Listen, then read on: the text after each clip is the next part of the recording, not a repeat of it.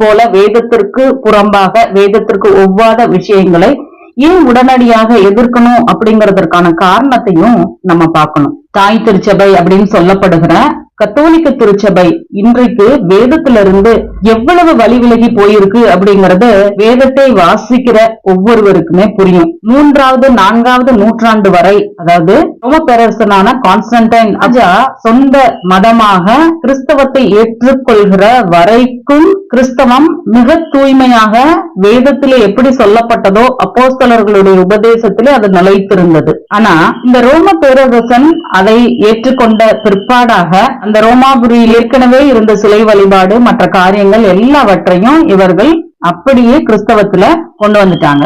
4வது நூற்றாண்டுல இருந்து கிட்டத்தட்ட 16வது நூற்றாண்டு வரைக்கும் வேதத்துல இல்லாத விஷயங்கள் எல்லாம் புகுத்தி ஈஸியாக அது சீர்திருத்தவே முடியாத ஒரு சபையாக மாறிடுச்சு.